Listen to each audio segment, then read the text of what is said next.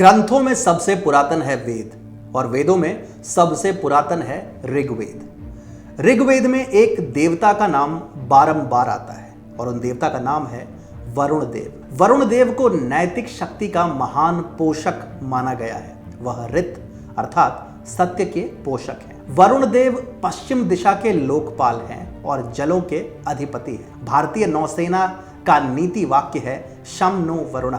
इसका मतलब है कि हे जल के देवता वरुण हमारे लिए मंगलकारी रहे। ऐसा कहते हैं कि जो जल को नियंत्रित कर सकता है वह समस्त संसार को नियंत्रित कर सकता है।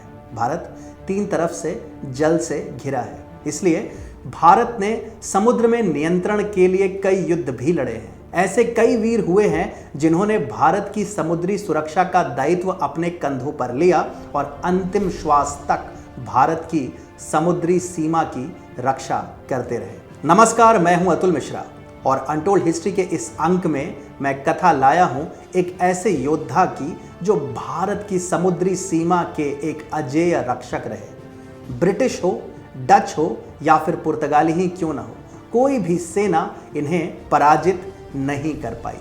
भय बिन होए न प्रीति के ये जीते जागते उदाहरण थे, क्योंकि इनका भय ऐसा था कि हर यूरोपीय ताकत ने इन्हें उस काल का सबसे दुर्दांत समुद्री दस्यु घोषित कर दिया था। यह कथा है वीर मराठा योद्धा कान्होजी आंग्रे की, जो मराठा साम्राज्य का गौरव थे और यूरोपीय साम्राज्यवादी के लिए पाश समेत यम सदृश थे।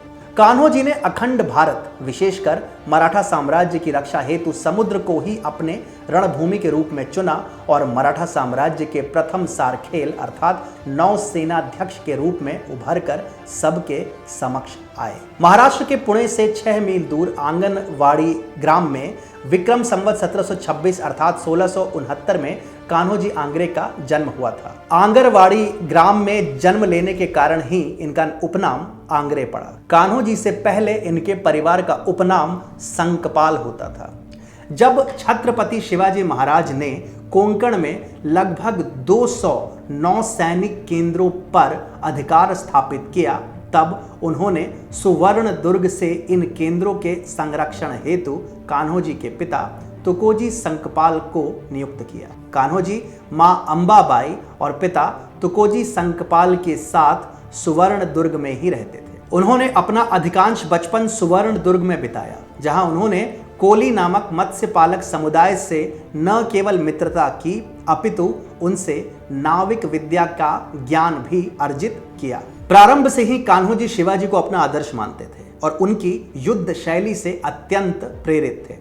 वे यूरोपीय साम्राज्यवादियों के बढ़ते प्रभुत्व से भी भली भांति परिचित थे और उन्होंने मराठी नौसेना को सशक्त करने का बीड़ा उठाया। सतारा प्रांत के तत्कालीन मुखिया ने कान्होजी आंग्रे को 1698 में मराठा साम्राज्य का सारखेल अथवा दरिया सारंग अर्थात नौसेनाध्यक्ष के रूप में नियुक्त किया। अर्थात उन्हें मुंबई से लेकर वर्तमान वेंगुर्ला तक भारत के पश्चिमी तट का प्रमुख बनाया गया था। यह वही समय था जब मुगल बादशाह औरंगजेब छत्रपति शिवाजी के पुत्र वीर संभाजी की मृत्यु के पश्चात समस्त दक्षिण भारत पर अपना आधिपत्य जमाने के लिए प्रयासरत था और मराठा साम्राज्य की ओर से शिवाजी के युवा पुत्र राजाराम भोसले और उनकी धर्मपत्नी ताराबाई मुगल सेना से मोर्चा संभाले खड़े थे। इसी बीच यूरोपीय आक्रमणकारियों ने अपनी वक्र दृष्टि भारत के विशाल तटीय सीमा की ओर घुमाई। अब तक अधिकांश भारतीय शासक समुद्र को केवल व्यापार की दृष्टि से ही देखते थे, परंतु शिवाजी महाराज के नेतृत्व में एक सशक्त नौसेना की स्थापना हुई थी जो न केवल व्यापारिक नौकाओं की सुरक्षा करती थी वरन समुद्री रास्तों से आक्रमण करने वाले आक्रमणकारियों को भी परास्त करती थी।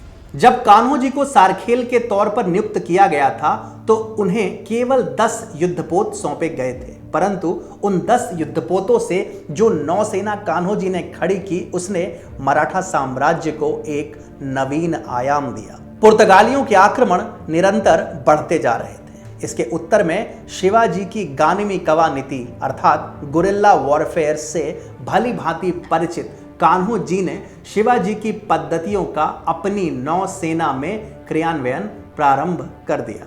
जब उनकी नौसेना सशक्त हुई तो उन्होंने दस्तक नामक एक पंजीकरण प्रक्रिया प्रारंभ की। कोंकण तट पर जो भी जहाज बिना उचित पंजीकरण आलेखों के उतरते उसे कान्हो जी तुरंत अधिकृत कर लेते थे।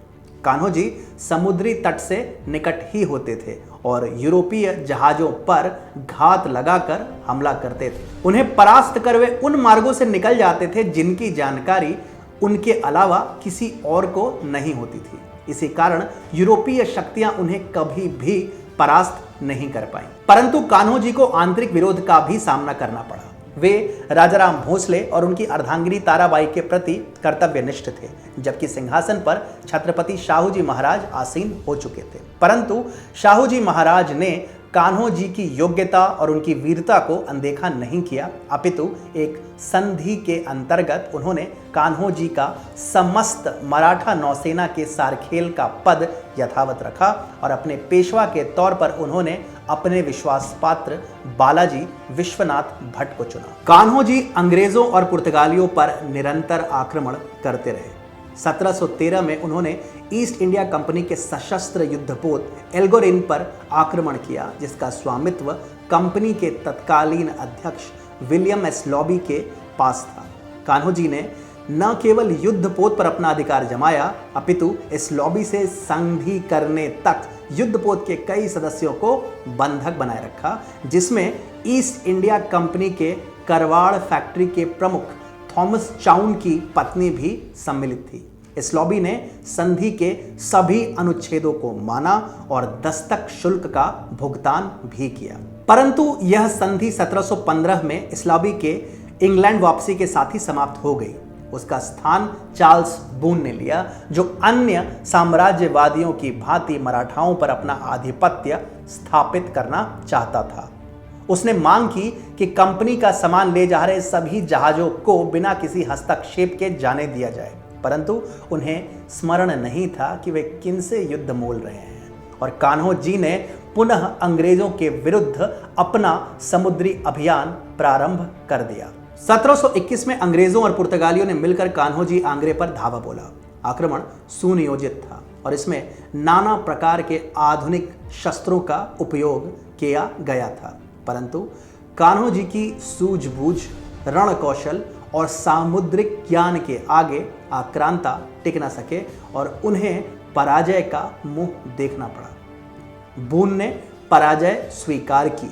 1723 में उसे इंग्लैंड वापस जाना पड़ा। इतिहासकार के.एन. कुरूप के अनुसार 1727 तक कान्हो जी आंग्रे का नौसैनिक वर्चस्व चरमोत्कर्ष पे था।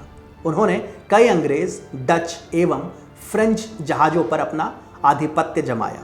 कहते हैं कि कान्हो जी के आक्रमणों के कारण ईस्ट इंडिया कंपनी को बहुत हानि होती थी और उन्हें प्रतिवर्ष अपने जहाजों की सुरक्षा के लिए 50,000 पाउंड अतिरिक्त राशि का वहन करना पड़ता था। कान्हो जी आंग्रे केवल यूरोपीय जहाजों पर आधिपत्य जमाने हेतु आक्रमण नहीं करते, अपितु उन्होंने मराठा साम्राज्य की रक्षा हेतु एक अत्याधुनिक तटीय रक्षण प्रणाली का भी सृजन किया। उन्होंने देश के सर्वप्रथम नौसैनिक अड्डों का निर्माण किया। इसके अलावा कान्हो जी अपने अभियानों के लिए यूरोपीय लोगों की सेवाएं भी लेते थे। वे अपने सर्वश्रेष्ठ युद्धपोतों के लिए प्राथमिक रूप से डच नौसैनिकों को नियुक्त करते थे। जिस मैनुअल डी कैस्ट्रो को अंग्रेजों ने खंडेरी द्वीप पर आधिपत्य न जमा पाने के लिए विश्वासघाती घोषित कर दिया था, उसे कान्हो जी ने अपने नौसैनिक बेड़े में सम्मिलित किया। ये उनकी दूरदृष्टि और व्यावहारिक सोच का एक महान उदाहरण है। कान्हो जी आंग्रे बाजीराव बल्लाल के पेशवा बनते बनते अरब सागर का स्वामित्व प्राप्त कर चुके थे। उनका प्रभाव क्षेत्र सूरत से लेकर दक्षिण कोंकण तक फैला हुआ था, परंतु 4 जुलाई 1729 को उनकी असामयिक मृत्यु के साथ ही मराठा साम्राज्य के नौसेना का सूर्य मानो अस्त हो गया।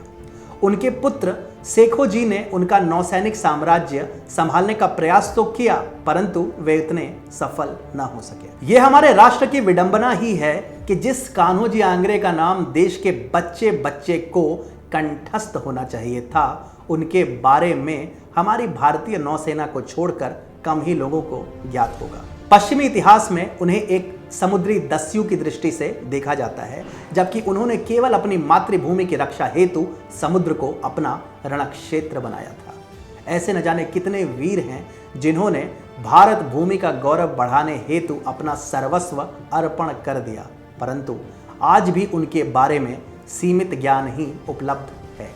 यह कथा थी भारतीय नौसेना के उदय की, कथा मराठा साम्राज्य के शौर्य की, कथा समुद्र के अंतहीन विस्तार की और कथा उस समुद्र की रक्षा करते वीर कान्होजी आंग्रे की।